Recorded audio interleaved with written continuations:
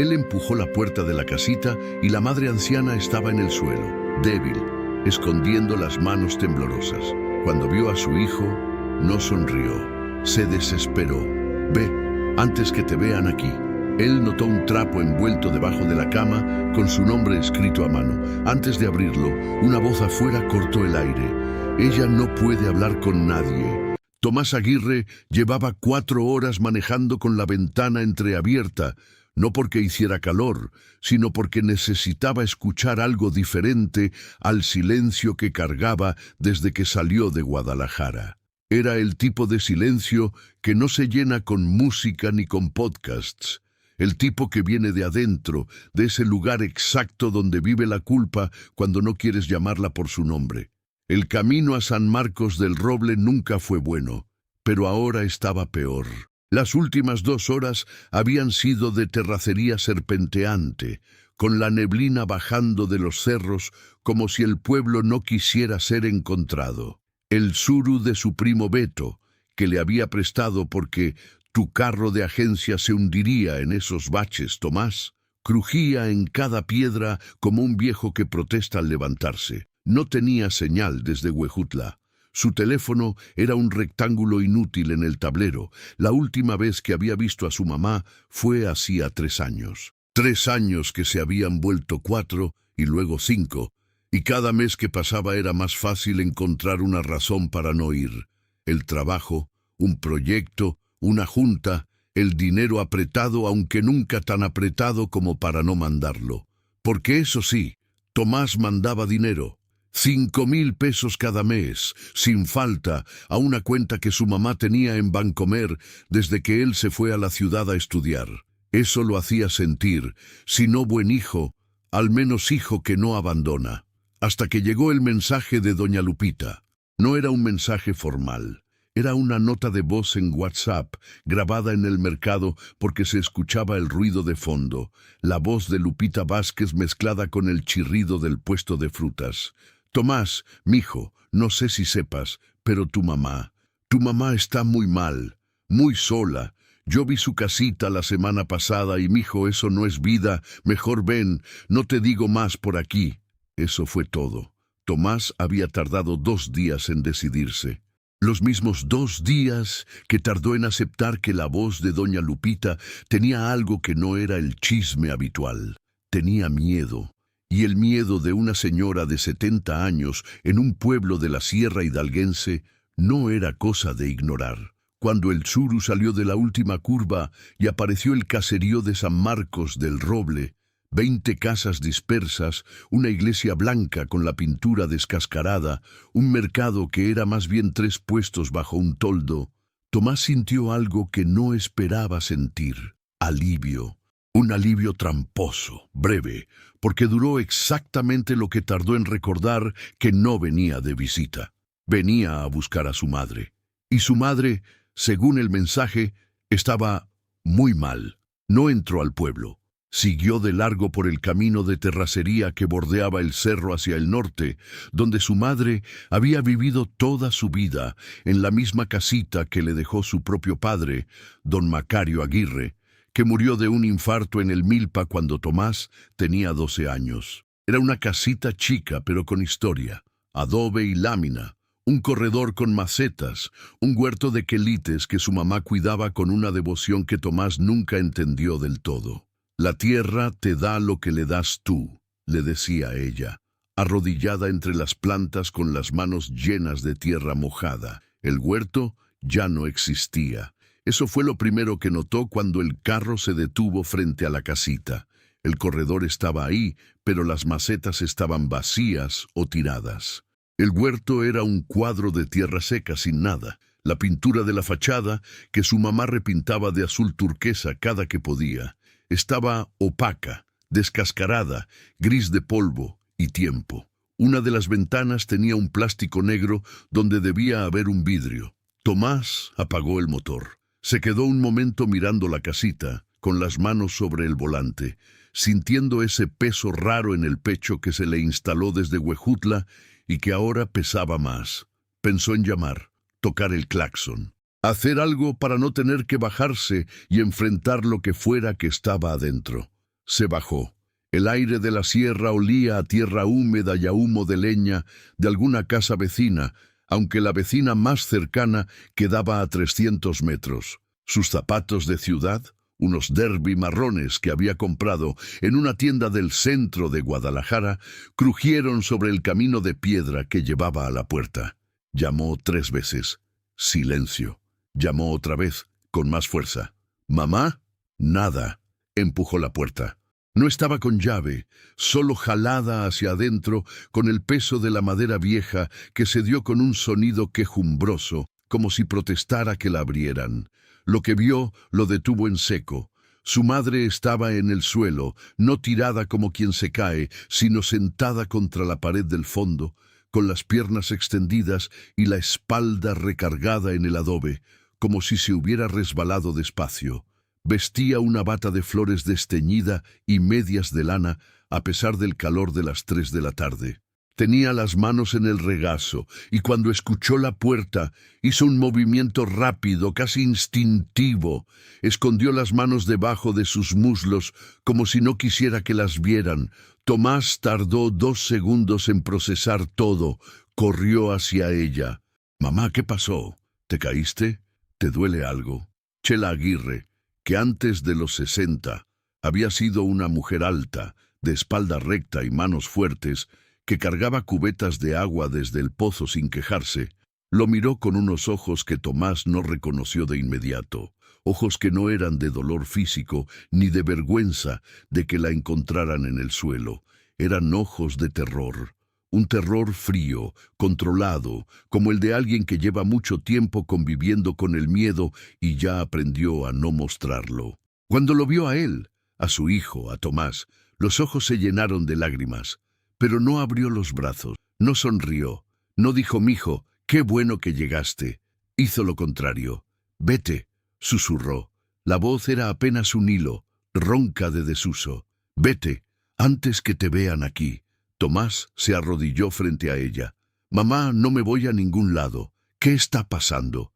¿Estás enferma? ¿Te duele algo?» Ella sacudió la cabeza despacio, con una paciencia que dolía más que cualquier respuesta. «No me preguntes, solo vete. Por favor, hijo». Tomás la miró de arriba abajo con esa capacidad suya de registrar detalles que había aprendido sin saber que la aprendía. Primero de niño, ayudando a su papá a rastrear ganado que se perdía. Luego, en la ciudad, leyendo contratos y balances. Registró todo, las costillas visibles a través de la bata delgada, la palidez que no era de enfermedad sino de privación, las ojeras hundidas, los labios resecos. Los pies en las medias de lana, con esa hinchazón discreta de quien no toma suficiente agua. Su madre tenía hambre, no hambre de hoy, hambre de semanas. Sintió que algo en el pecho se le rompía con un crujido silencioso, limpio y devastador, como cuando se parte una rama verde, sin aviso, sin ruido, pero con toda la fuerza. «¿Cuándo comiste por última vez?», preguntó, aunque ya sabía que la respuesta iba a hacerle daño. Ella no contestó. Y su silencio fue la respuesta más brutal que Tomás había recibido en sus 38 años de vida. Se levantó, fue a la cocina, un espacio pequeño de gas, comal y una repisa de madera, y abrió cada cajón, cada alacena. Encontró media bolsa de sal, un puño de arroz en el fondo de una olla, 3 chiles secos y una lata de frijoles ya abierta, con moho en el borde. En el refrigerador, una tortilla dura, medio limón y agua. Tomás se quedó parado frente al refrigerador abierto, mirando ese inventario de miseria, y tuvo que apretar los dientes para no ponerse a llorar ahí mismo, de espaldas a su madre. Mandaba 5,000 pesos al mes. 5,000 pesos. ¿Dónde estaba ese dinero? Cerró el refrigerador, regresó con su mamá, se sentó en el piso frente a ella, como cuando era niño, y se sentaba a escuchar cuentos. «Mamá, necesito que me digas qué está pasando». Chela lo miró durante un momento largo. En esos ojos cansados pasaron muchas cosas. El instinto de protegerlo, el peso del miedo, la vergüenza que ella cargaba sin razón, pero que cargaba igual. Y debajo de todo eso, algo que Tomás reconoció, porque era lo mismo que él cargaba: culpa. No puedo, dijo al fin, y con esas dos palabras cerró algo. Tomás asintió. No insistió, por ahora. Se levantó, fue al carro, trajo la bolsa que había preparado en Guadalajara con lo básico: galletas, atún, fruta, agua purificada, medicamentos de primeros auxilios. Preparó algo simple en la cocina: arroz del que traía, agua hervida con limón. Le dio de comer a su madre despacio, sentado junto a ella en el suelo, en silencio. Chela comió. Al principio apenas, como si hubiera olvidado cómo hacerlo. Luego, con una hambre contenida que le temblaba en los labios. Tomás miraba la casita mientras ella comía, y fue entonces cuando lo vio. Debajo de la cama, un catre de metal oxidado con un colchón delgado, sobresalía la punta de algo. Un bulto envuelto en tela oscura, una franela vieja doblada con cuidado, atada con un lazo de ixtle, y en la superficie del trapo, escrito con marcador negro de letra irregular, temblorosa, como de alguien que ya no veía bien, había dos palabras: para Tomás. Él lo vio, ella lo vio ver. Y en ese momento exacto, antes de que él pudiera siquiera extender la mano, un golpe en la puerta detuvo el tiempo. No era el golpe de alguien que llega de visita, era una secuencia de 3 golpes cortos, una pausa, 2 golpes, un código, un aviso. Tomás se puso de pie. Una voz masculina llegó desde afuera, baja, sin apresuramiento, más peligrosa por eso. Ella no puede hablar con nadie. Chela cerró los ojos. Sus labios se movieron sin sonido, como quien reza o como quien le pide perdón a alguien que no está. Tomás no se movió. Escuchó los pasos alejarse sobre la tierra, lentos, sin prisa, como los pasos de alguien que sabe que puede volver cuando quiera. Cuando el silencio regresó, era diferente al de antes. Era un silencio con peso, con advertencia. Tomás miró el trapo debajo de la cama, miró a su madre. Luego miró la puerta y entendió, con esa claridad fría que a veces llega cuando el cuerpo sabe antes que la mente, que había llegado a algo mucho más grande y más oscuro de lo que un mensaje de voz de doña Lupita podía describir. Esa noche no durmió. Se quedó sentado en el único banco de la cocina con la pequeña lámpara de gas encendida, escuchando a su madre respirar en el catre. Cada vez que el viento movía algo afuera, una lámina, una rama, el crujido del camino de tierra, su cuerpo se tensaba solo. Pensó en el trapo, en los golpes a la puerta, en la voz. Pensó en los 5,000 pesos que mandaba cada mes, en la cuenta de Vancomer, en la última vez que le había preguntado a su mamá si le alcanzaba. «Sí, mijo, no te preocupes», había dicho ella por teléfono, con esa voz tranquila que ahora en retrospectiva no era tranquilidad sino sometimiento. Abrió el cajón de la mesita de noche buscando medicamentos y encontró algo que no esperaba: un papel doblado en cuartos, escondido dentro del forro de cartón del cajón, como si alguien lo hubiera cosido ahí a propósito. Lo sacó con cuidado, lo desdobló bajo la luz de la lámpara. Era un recibo, viejo, amarillento, con la tinta corrida en una esquina, fechado hacía 6 años. Era un recibo de una tienda de abarrotes del pueblo, la tienda de don Efraín Salvatierra, se leía en el membrete, y detallaba una lista de víveres comprados a cuenta. La deuda anotada a lápiz en el margen era de 3,200 pesos, pero lo que llamó la atención de Tomás no fue el monto. Fue lo que estaba escrito a mano debajo de la deuda, con diferente letra, más firme y grande. Saldado con acuerdo de propiedad, 14 de marzo. Tomás leyó esa línea 3 veces. Acuerdo de propiedad. Miró alrededor de la casita que su abuelo construyó, la casita que su madre había habitado toda su vida. La casita que, según la lógica más básica del mundo, debía ser de su madre. Acuerdo de propiedad, decía el papel, por 3,200 pesos de frijoles y aceite y arroz. Guardó el papel en el bolsillo de su camisa. No despertó a su madre. Esperó el amanecer. A las 7 de la mañana bajó al pueblo con el tsuru. Necesitaba comida para varios días, una farmacia y, sobre todo, información. No el tipo de información que se consigue preguntando, sino el tipo que se consigue escuchando, observando, conectando los puntos que otros dejan caer sin darse cuenta. San Marcos del Roble era un pueblo donde todo el mundo se conocía y nadie decía todo lo que sabía. Pero los mercados de pueblo tienen una dinámica particular. La gente habla mientras compra. Habla de más, muchas veces, porque la rutina de la compra baja la guardia. Tomás compró lo que necesitaba en el único puesto de abarrotes que no era del negocio de Efraín. Un changarrito de una señora gorda y simpática llamada Rosario, que le cobró sin preguntarle nada, pero que lo miró con unos ojos que decían: «Ya sé quién eres y ya sé por qué estás aquí». Fue en el mercado donde apareció doña Lupita. Lo encontró antes de que él pudiera buscarla.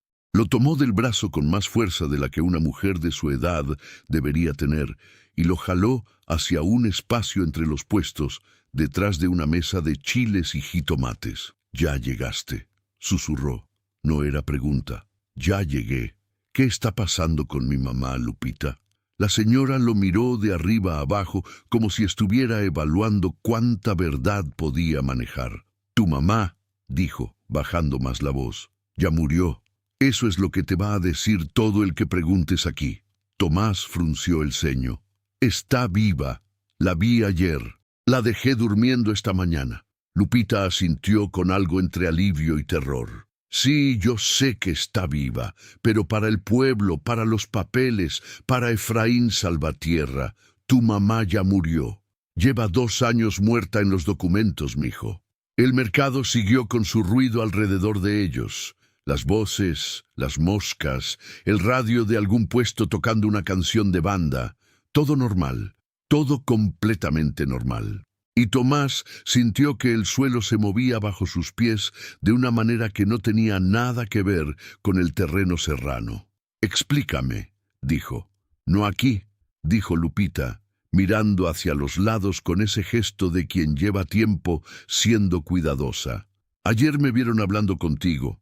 Ya me van a estar vigilando. Solo te digo esto. Pregunta en el registro civil. Pregunta por el acta de tu mamá. Y cuando te muestren lo que tienen, fíjate bien en la fecha. Fíjate bien en quién firma». Se soltó de su brazo. Tomó su bolsa del mercado. «Y Tomás», añadió ya dándole la espalda, «cuídate. Efraín sabe que estás aquí». Se fue entre los puestos y desapareció como si nunca hubiera estado. Tomás se quedó parado un momento procesando.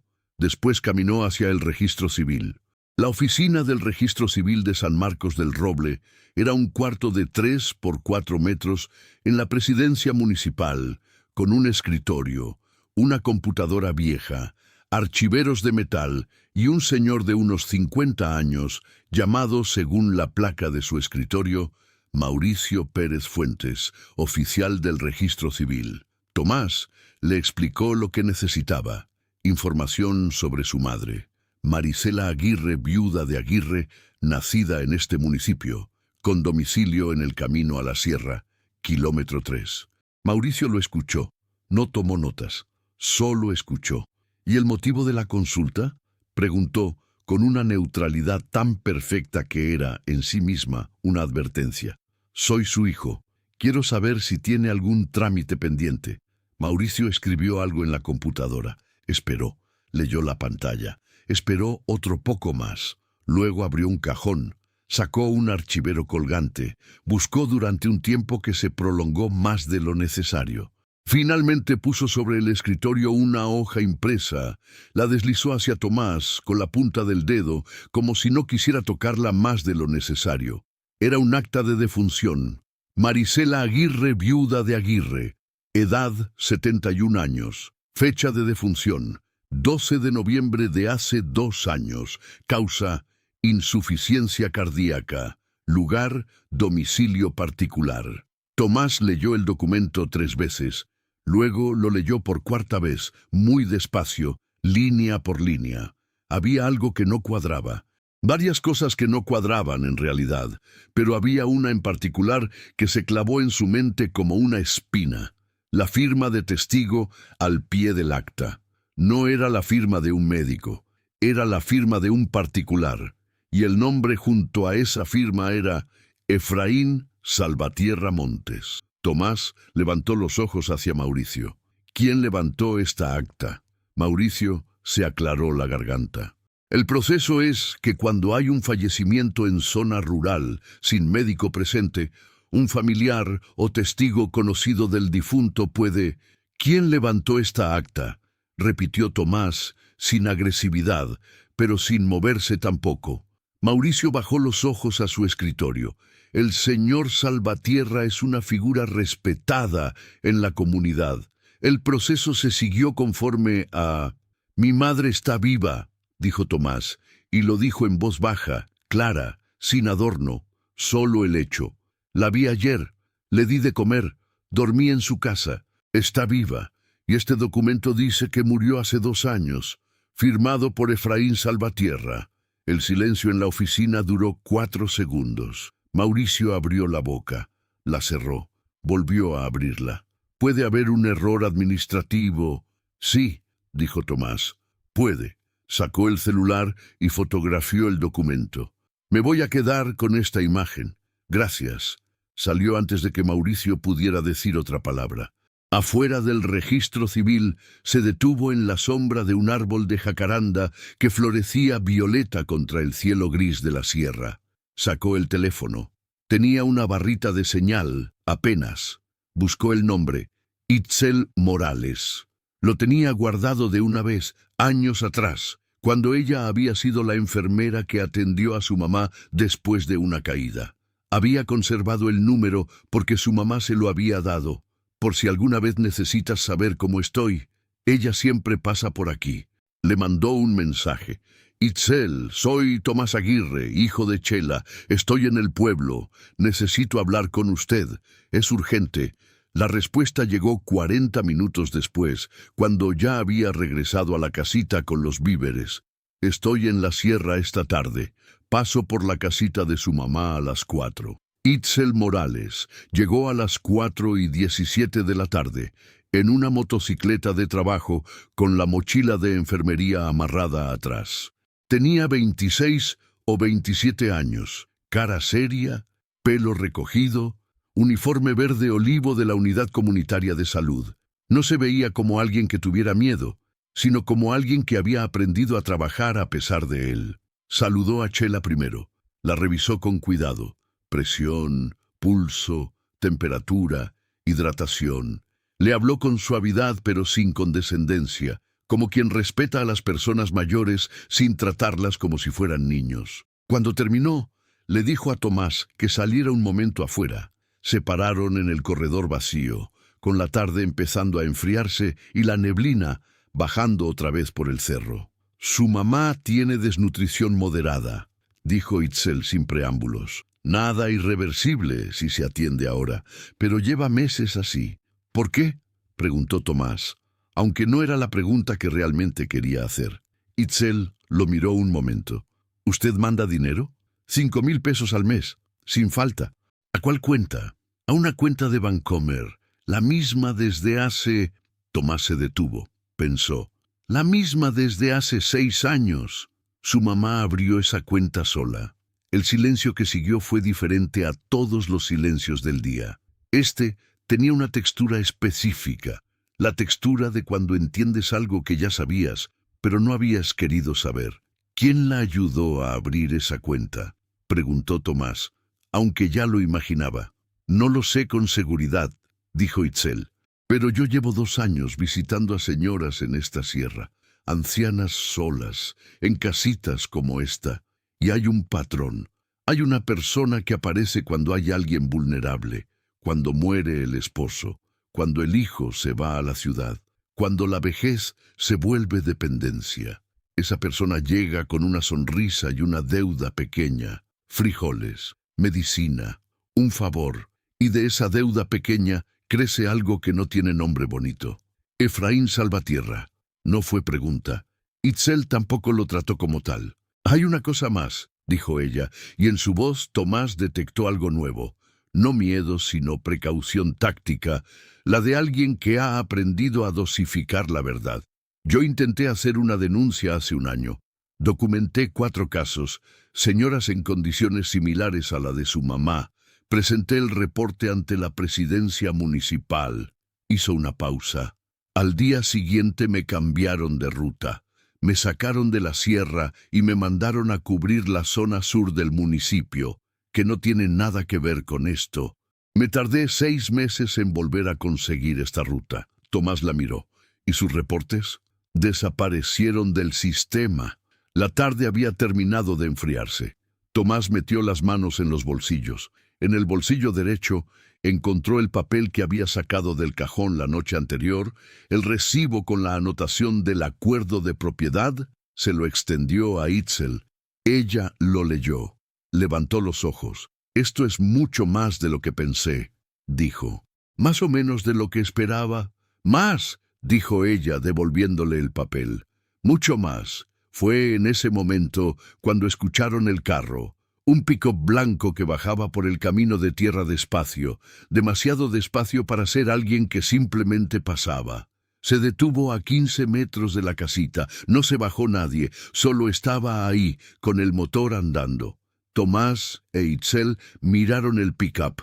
El pick-up, o quien fuera que estuviera adentro, los miró a ellos. Después de 2 minutos, el pick-up arrancó y siguió de largo. «Rafa Landa», dijo Itzel, sin emoción particular en la voz, solo nombrando un hecho. «El cobrador de Efraín. ¿Cómo sabes que era él?» «El pick-up blanco es de don Efraín. Rafa lo maneja cuando tiene que hacer recados que don Efraín no quiere hacer en persona». Tomás miró el camino donde había estado el pick-up. «¿Y qué recado estaba haciendo ahorita?» «El mismo de siempre», dijo Itzel.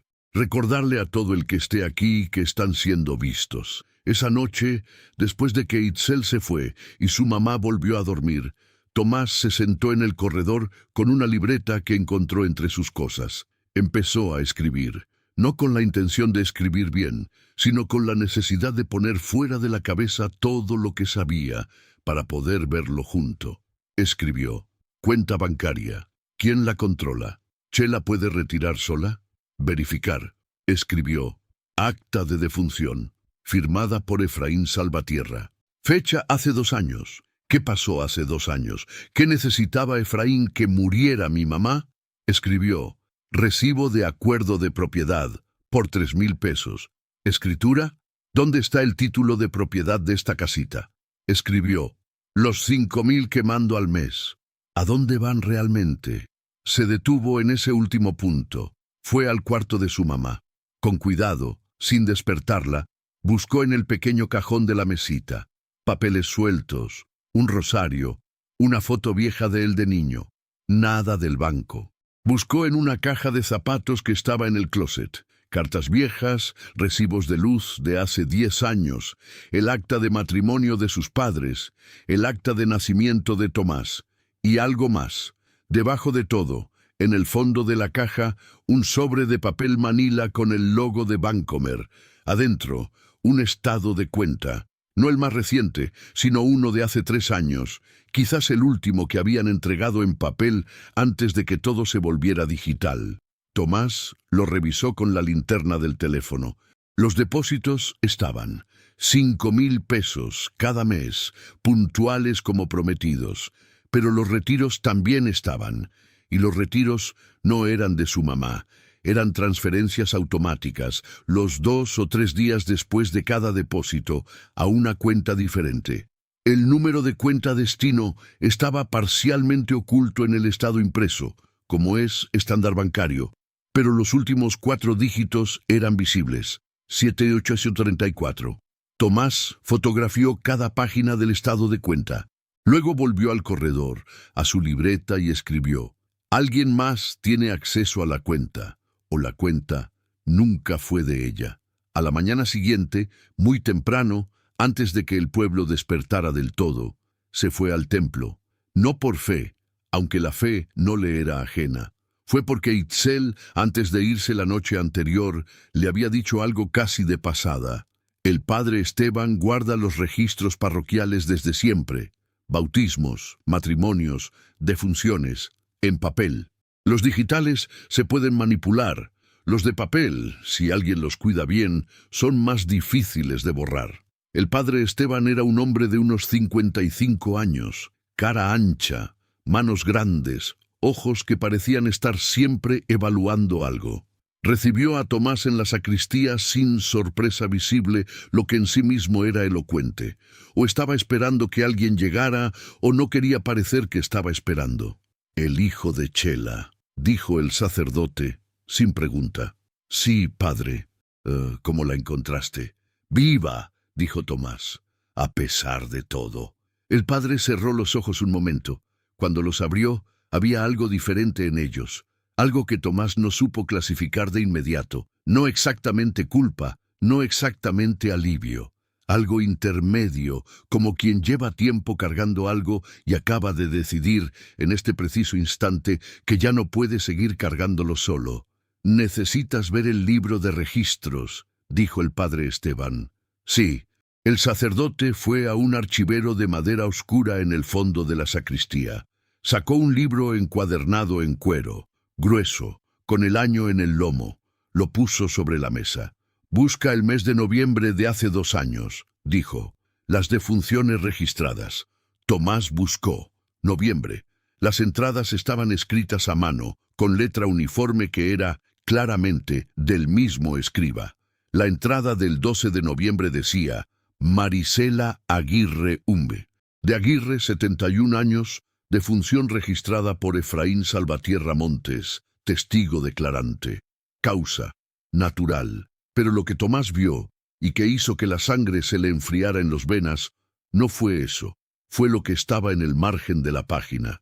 Escrito con diferente pluma, diferente presión, diferente ángulo, como si alguien hubiera añadido una nota después, quizás años después, una pequeña cruz, y al lado, 2 palabras muy pequeñas que alguien intentó borrar con corrector blanco, pero que la tinta de pluma se había filtrado al papel y todavía era legible si se ponía la página contra la luz. Tomás acercó la página a la ventana. Registro dudoso. 2 palabras, sin firma, sin fecha.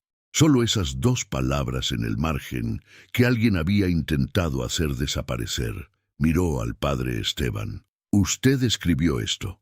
El sacerdote no negó ni confirmó.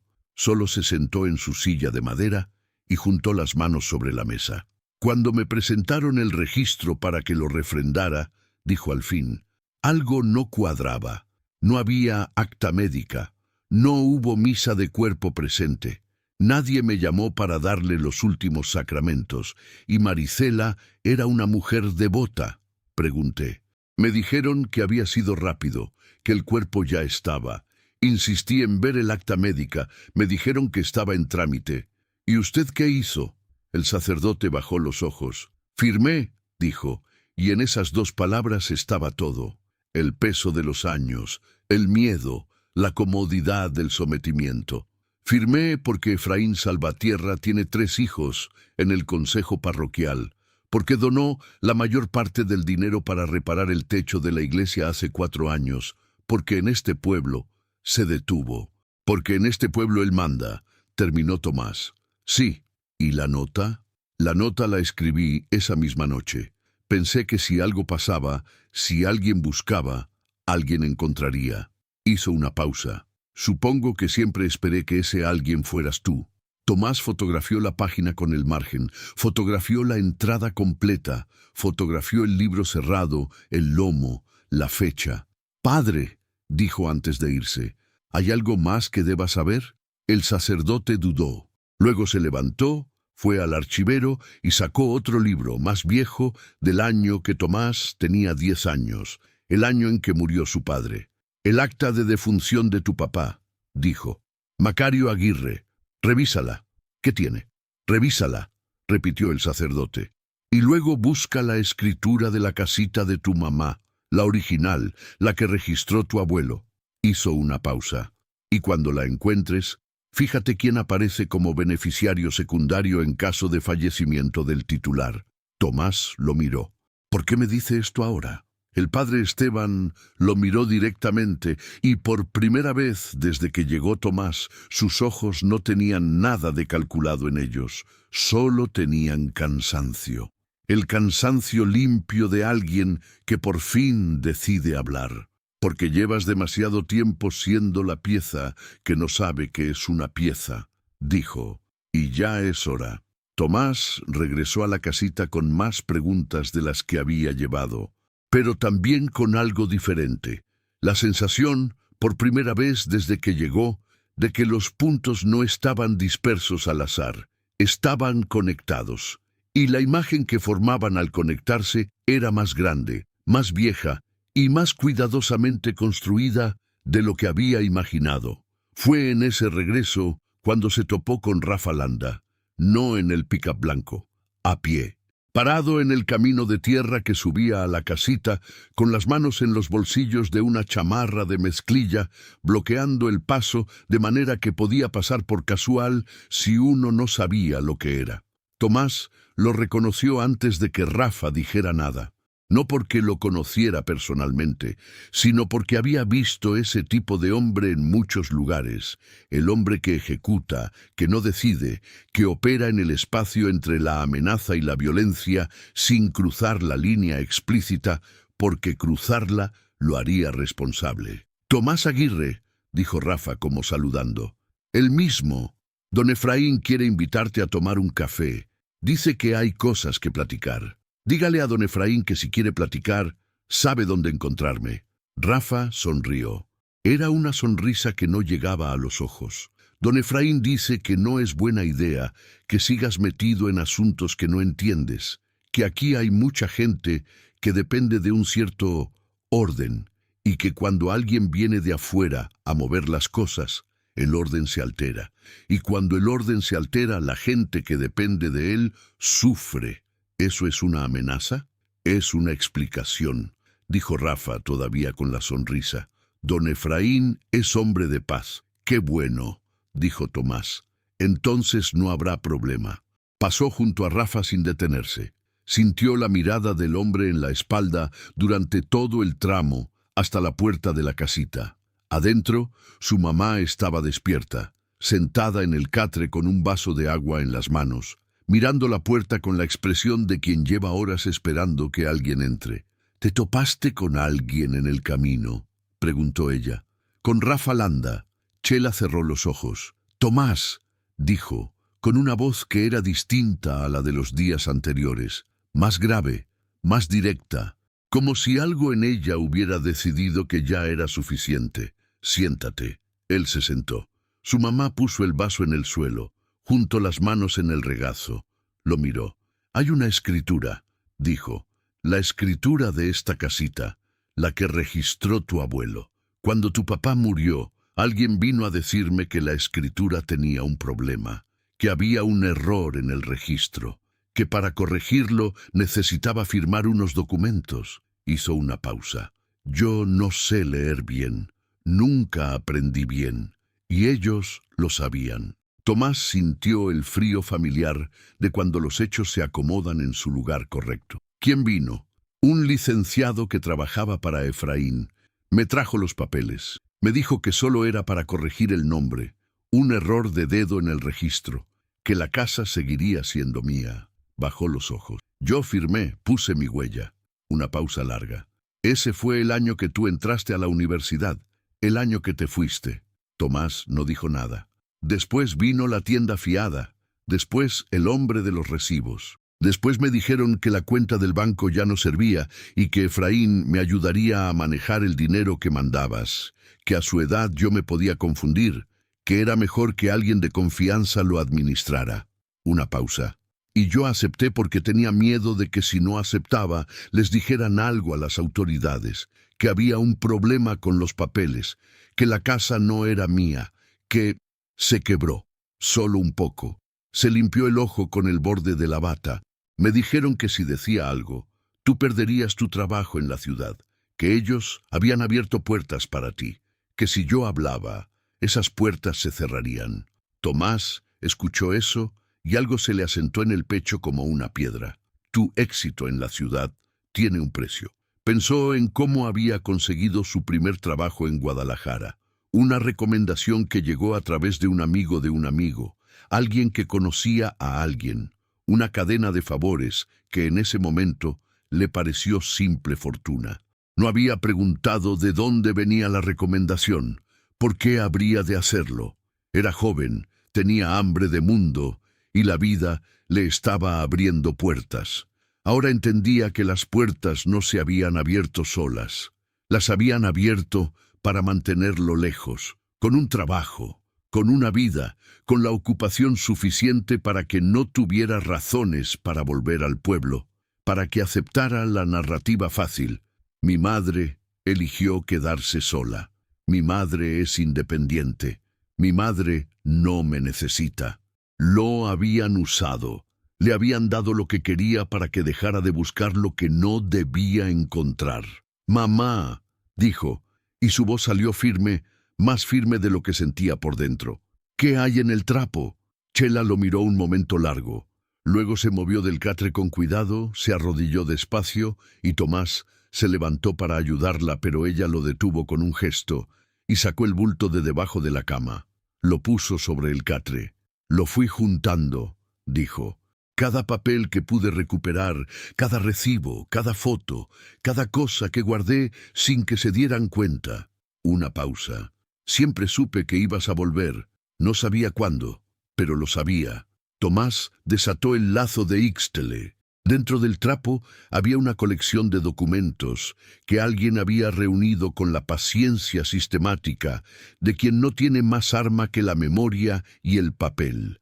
Una fotocopia del título de propiedad original de la casita, con el nombre de su abuelo, y debajo el de su madre como heredera legítima.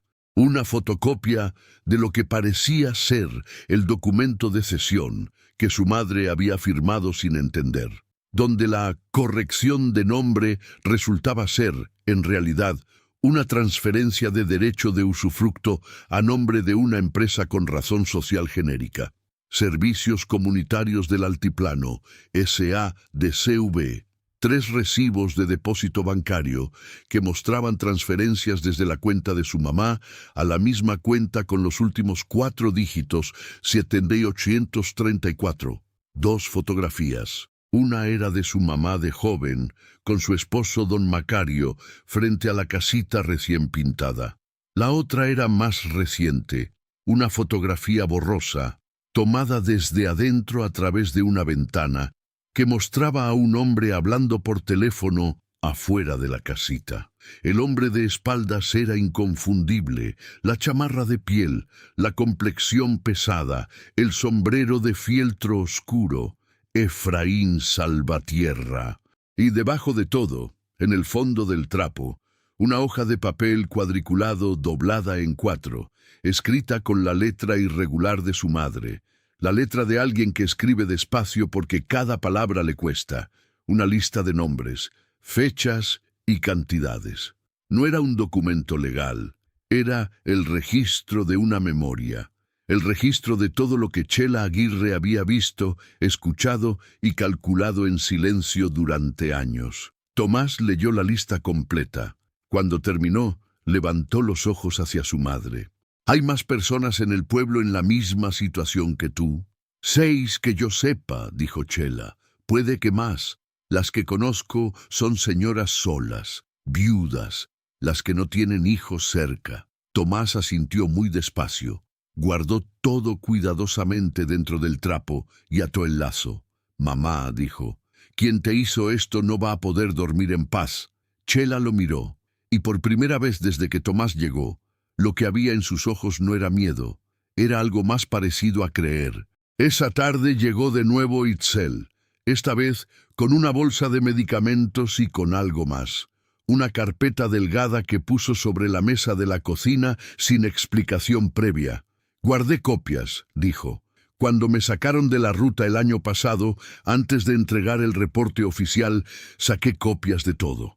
Las tenía guardadas en casa de mi mamá en Pachuca». Abrió la carpeta. 4 casos documentados, nombres, fechas, condiciones, coincidencias, todas señoras mayores, todas con alguna propiedad en la sierra, todas con alguna conexión, directa o indirecta, con Efraín Salvatierra. Tomás puso los documentos del trapo junto a la carpeta de Itzel. Los miraron los dos sobre la mesa. «Solo», dijo Itzel, «esto no alcanza. No en un municipio donde él controla la presidencia. Necesitamos algo que no pueda manipular, algo que salga de su jurisdicción. El acta de defunción falsa», dijo Tomás. «Eso no es un asunto municipal. Eso es un asunto federal». «Es falsedad de documentos públicos», confirmó Itzel. «Y si se puede demostrar que la transferencia de propiedad se basó en esa acta falsa, es fraude. Y si hay más casos, son 6 que yo sé», dijo Tomás. «Quizás más». Itzel lo miró. «¿Tienes contactos fuera del municipio? ¿Alguien en la ciudad que pueda mover esto?» Tomás pensó. Pensó en su mundo de la ciudad, en el tejido de contactos que había construido en 10 años, y por primera vez se preguntó cuántos de esos contactos eran genuinos y cuántos eran parte del sistema que lo había mantenido alejado. Luego descartó esa pregunta. No tenía tiempo para paranoia selectiva. Tenía el número de un abogado en Pachuca, un excompañero de universidad, Rodrigo, que ahora trabajaba en derechos de propiedad. No era exactamente lo que necesitaba, pero sabía a quién llamar. «Sí», dijo, «déjame hacer una llamada». Fue esa noche cuando el pick-up blanco volvió. Esta vez no se quedó en el camino. Entró hasta el patio de la casita, con los faros encendidos iluminando la fachada como un interrogatorio. Rafa Landa se bajó solo. Caminó hasta el corredor. Tomás salió antes de que tocara. Se miraron a la luz de los faros. «Don Efraín dice que mañana en la mañana espera verte», dijo Rafa.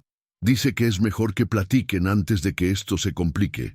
«¿Que se complique cómo?». Rafa metió las manos en los bolsillos. «Dice que hay papeles que pueden interpretarse de muchas maneras, que en un proceso legal largo, su mamá puede pasar muchos meses en situación incierta». Una pausa. «Dice que sería una lástima». Tomás estudió el rostro de Rafa bajo la luz de los faros. Lo que vio no fue lo que esperaba. No vio convicción. Vio el gesto específico de alguien repitiendo un guión que ya no le parece tan sólido como antes.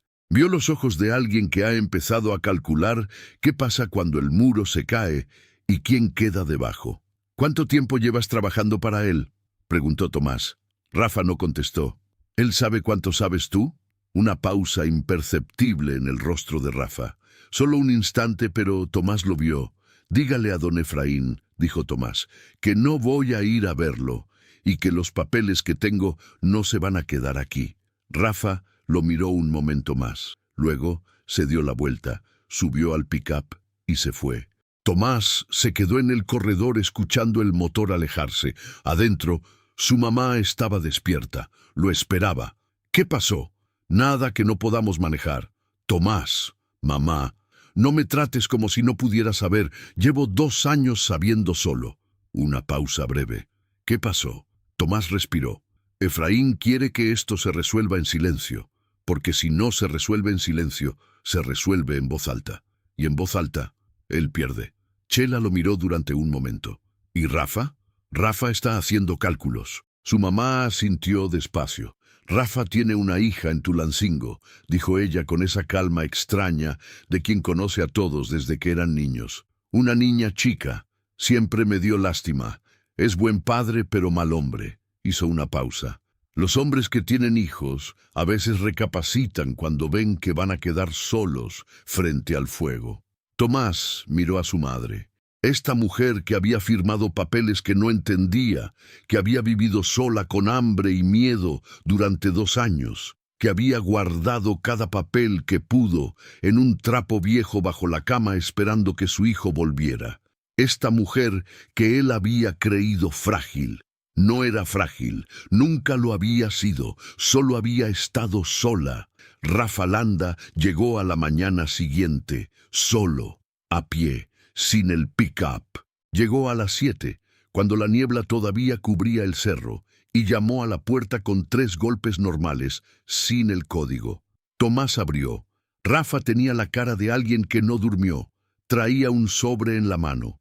«Efraín no sabe que estoy aquí», dijo. Tomás lo dejó pasar. Rafa se sentó en el banco de la cocina y puso el sobre la mesa. Era un sobre manila cerrado, sin membrete. «Adentro hay estados de cuenta», dijo. «De la cuenta con terminación 7834. Son 3 años de movimientos». Una pausa. «Esa cuenta está a nombre de Servicios Comunitarios del Altiplano. Esa empresa la administra Efraín. A esa cuenta llegan los dineros de todas las señoras de la sierra cuyos familiares mandan remesas desde la ciudad». Tomás no abrió el sobre todavía. Solo lo miró. «¿Por qué me traes esto?». Rafa tardó en contestar. Cuando habló, fue sin mirar a Tomás, mirando la mesa. «Porque el otro día, cuando me preguntaste cuánto tiempo llevaba trabajando para él, me acordé de mi hija». Una pausa. «Y porque ya entendí que cuando esto reviente, Efraín va a decir que yo lo hice solo, que él no sabía, que yo operé sin su conocimiento, y que él es el bendito benefactor del pueblo que fue víctima de su propio cobrador». Tomás asintió. «¿Hay algo más?». Rafa metió la mano al bolsillo de la chamarra y sacó una llave pequeña de metal, de las que abren cajas de seguridad o archiveros con cerradura. «En la tienda de Efraín, en el cuarto del fondo que él llama su oficina, hay un archivero gris con cerradura. Esta es la llave». La puso sobre la mesa junto al sobre. «Ahí están las escrituras, todas las que ha ido adquiriendo, no a su nombre, a nombre de la empresa, pero con su firma en los contratos de cesión». Tomás miró la llave. «¿Por qué no la entregaste antes?». Rafa se levantó, se acomodó la chamarra. «Porque antes no pensaba que el muro se fuera a caer». Una pausa en la puerta. «Ahora sí pienso». Salió sin despedirse. Las siguientes 48 horas fueron las más largas que Tomás había vivido. Rodrigo, el abogado de Pachuca, llegó el tercer día con una colega que trabajaba en la Fiscalía especializada en delitos contra la propiedad. Itzel los esperaba en la casita con todo el expediente ordenado. El padre Esteban, que llegó sin que nadie lo llamara, se sentó en el corredor y esperó su turno. Tomás no fue a la tienda de Efraín, no usó la llave.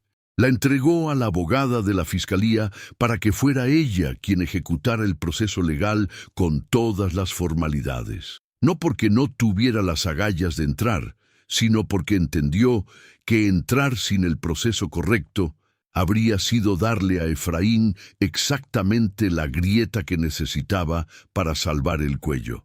Esto no se iba a ganar con heroísmo, se iba a ganar con papel. El proceso que siguió no fue rápido. Nunca lo es cuando el contrincante tiene dinero, conexiones y décadas de práctica. Hubo intentos de intimidación. Uno de los hombres de Efraín apareció en el pueblo difundiendo la versión de que Tomás era un defraudador que había llegado a quitarle las propiedades a los ancianos del pueblo. Hubo un momento en que el abogado de Efraín presentó un contraargumento diciendo que Chela había cedido la propiedad voluntariamente y que el acta de defunción era un error administrativo. Pero el expediente era sólido. Los estados de cuenta de Rafa, las fotografías del trapo, el registro parroquial con la nota del padre Esteban, la carpeta de Itzel con los 4 casos documentados, los testimonios de 3 de las 6 señoras que Chela había nombrado en su lista, que accedieron a hablar cuando vieron que no estaban solas. Todo eso junto era un muro que el abogado de Efraín no pudo derribar con argumentos de error administrativo. Fue en la audiencia preliminar donde Efraín Salvatierra, por primera vez en muchos años, estuvo en un cuarto que no controlaba. Llegó con su traje oscuro y su sombrero de fieltro y su cara de benefactor consternado, acompañado de su abogado y de 2 hombres del Consejo Municipal. Llegó con la actitud de quien está ahí por un malentendido que se resolverá rápido. Cuando el juez leyó los cargos, falsedad de documentos, fraude patrimonial, privación ilegal de libertad patrimonial en modalidad de aislamiento forzado, con potencial de extensión a otros casos identificados. Algo cambió en el rostro de Efraín. No fue dramático, no fue el colapso de una máscara, fue más sutil. Fue el movimiento casi imperceptible de los ojos, el instante en que calculó la suma de lo que tenían en su contra y el resultado no les salió a favor. Fue en ese momento cuando el abogado de la Fiscalía presentó los estados de cuenta de servicios comunitarios del Altiplano. 6 años de transferencias, 43 familias afectadas, un total que el juez leyó en voz alta y que hizo que el silencio de la sala fuera diferente después. Efraín volvió la cabeza hacia su abogado, y Tomás, sentado al otro lado de la sala junto a Itzel y a Rodrigo, vio ese giro de cabeza y supo lo que significaba. Efraín no tenía respuesta para eso. ¿El acusado desea hacer alguna declaración en este momento?, preguntó el juez. El abogado de Efraín puso una mano en el brazo de su cliente y susurró algo. Efraín Salvatierra, el hombre fuerte de San Marcos del Roble, el benefactor devoto, el dueño informal de todo, del transporte, del agua, del mercado, de las deudas y los silencios, miró al frente. «No en este momento», dijo. Y en esas 4 palabras, Tomás escuchó el sonido exacto de algo que se derrumba. Chela Aguirre no fue a la audiencia, no porque no pudiera, ni porque no quisiera, sino porque Tomás le preguntó qué prefería hacer ese día, y ella dijo, sin dudar, «Quiero ir a ver si el quelite que sembré antes todavía da algo. Quiero ver si la tierra todavía me reconoce». Tomás la llevó en el carro hasta la casita, la ayudó a bajar, la vio caminar hacia donde había sido el huerto y arrodillarse despacio para revisar la tierra con las manos. La tierra estaba reseca, endurecida, años de abandono, pero debajo, cuando Chela metió los dedos, la tierra estaba húmeda. La tierra de la sierra siempre está húmeda por dentro, aunque por fuera parezca muerta. Su mamá sacó los dedos y los miró, llenos de tierra oscura. «Aquí todavía hay vida», dijo. Tomás se quedó parado junto a ella, mirando el huerto vacío que iba a necesitar mucho trabajo para volver a ser lo que fue, y pensó que eso era exactamente lo que tenían por delante. Trabajo. No un final limpio, sino el comienzo de algo que requería tiempo, presencia, paciencia. «Mamá», dijo. Ella levantó los ojos. «¿Recuerdas lo que me dijiste cuando me fui a la universidad? ¿El día que me subí al camión?» Chela frunció el ceño levemente, buscando en la memoria. «Te dije que te cuidaras. Antes de eso». Una pausa. «Te dije que la tierra siempre te reconoce cuando vuelves», dijo ella más despacio. «Que no importa cuánto tiempo pase». «Sí», dijo Tomás. Se arrodilló junto a ella en la tierra. «Aquí estoy, mamá. Ya no me voy». Chela lo miró durante un momento largo. Luego le puso una mano en el hombro, una mano todavía fuerte, todavía firme, a pesar de todo, y asintió una sola vez. No dijo nada más, no necesitaba. 3 semanas después, cuando el proceso legal ya estaba en manos de la Fiscalía y el juzgado tenía medidas cautelares sobre los bienes de Efraín Salvatierra, Tomás se sentó en el corredor de la casita con una taza de café negro y su libreta. La casita tenía pintura nueva en la fachada.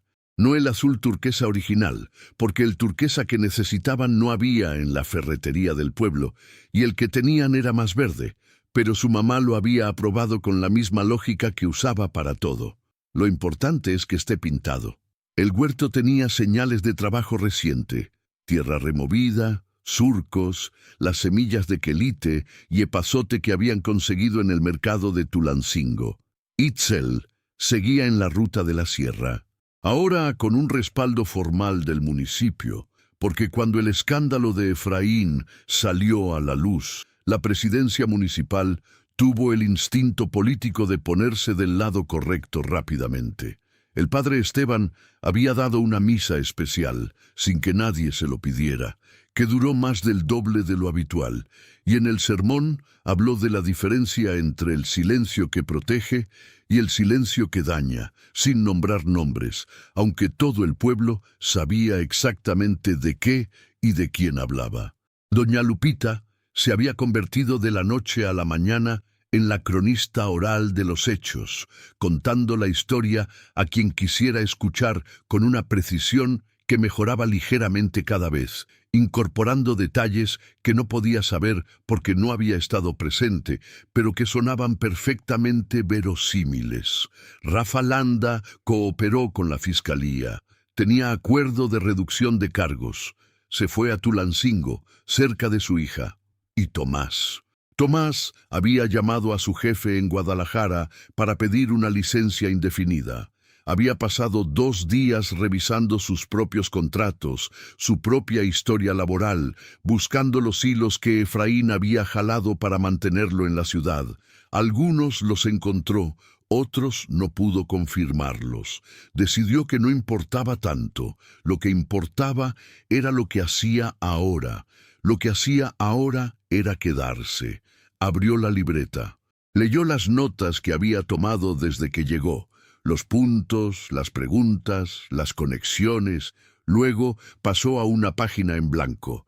Escribió una sola línea. ¿Cuántas casitas hay en cuántos pueblos de la sierra, con cuántas mujeres solas esperando que alguien vuelva? No era una pregunta retórica, era el siguiente paso.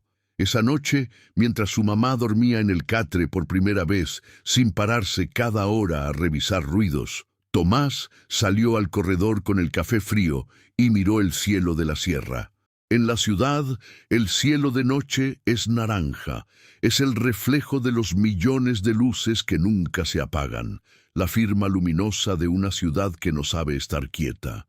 No se ven estrellas, o se ven tan pocas que uno deja de buscarlas.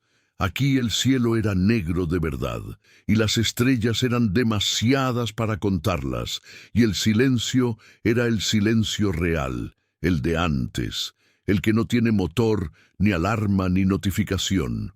Tomás pensó en su papá, que murió en el Milpa cuando él tenía 12 años y que nunca le explicó que a veces la tierra que uno hereda es más valiosa de lo que parece y que hay gente que lo sabe antes que tú y llega antes que tú a reclamarla. Pensó en su mamá, que durante 2 años vivió sola con miedo y hambre y un trapo debajo de la cama con su nombre escrito, esperando con la paciencia infinita de alguien que nunca dejó de creer que su hijo volvería. Pensó en la versión de sí mismo que había creído durante 10 años, el hombre que resolvió su vida, el hijo que manda dinero, el profesional exitoso que salió del pueblo y llegó lejos, y entendió que esa versión no era falsa, pero estaba incompleta. Le faltaba exactamente esto: el peso real de saber de dónde venía y la responsabilidad que ese conocimiento traía. No se sentía un héroe. Los héroes ganan al final y cierran el libro. Él solo había llegado a tiempo. Y llegar a tiempo, pensó, es suficiente. A veces es todo lo que hay. El café ya estaba frío. Se lo tomó de un sorbo de todas formas. Adentro, su mamá respiraba tranquila. La casita olía a tierra húmeda, a madera vieja y a la sopa que habían hecho juntos por la tarde, su mamá instruyendo y él ejecutando con más torpeza de la que debería tener para su edad, los dos riendo cuando derramó el caldo. Era una risa pequeña, doméstica, del tipo que no aparece en ningún momento memorable, pero que sostiene todo lo demás. Era, pensó Tomás, suficiente. Era exactamente suficiente.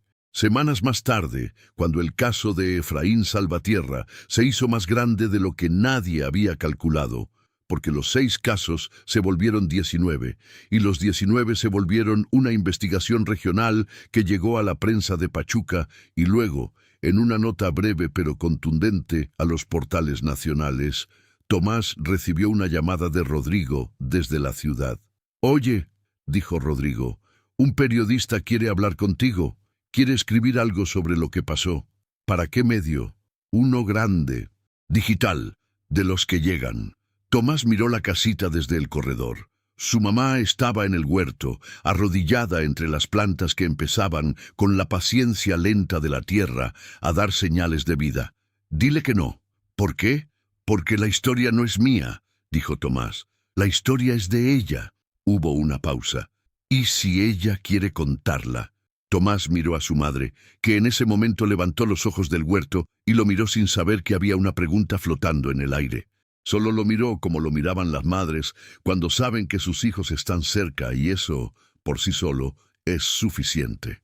Cuando quiera contarla, dijo Tomás, ella lo hará, sin que nadie la apure. Colgó, guardó el teléfono, fue al huerto, se arrodilló junto a su mamá en la tierra mojada. ¿Qué necesitas?, preguntó. Chela lo miró. Que te arremangues, dijo.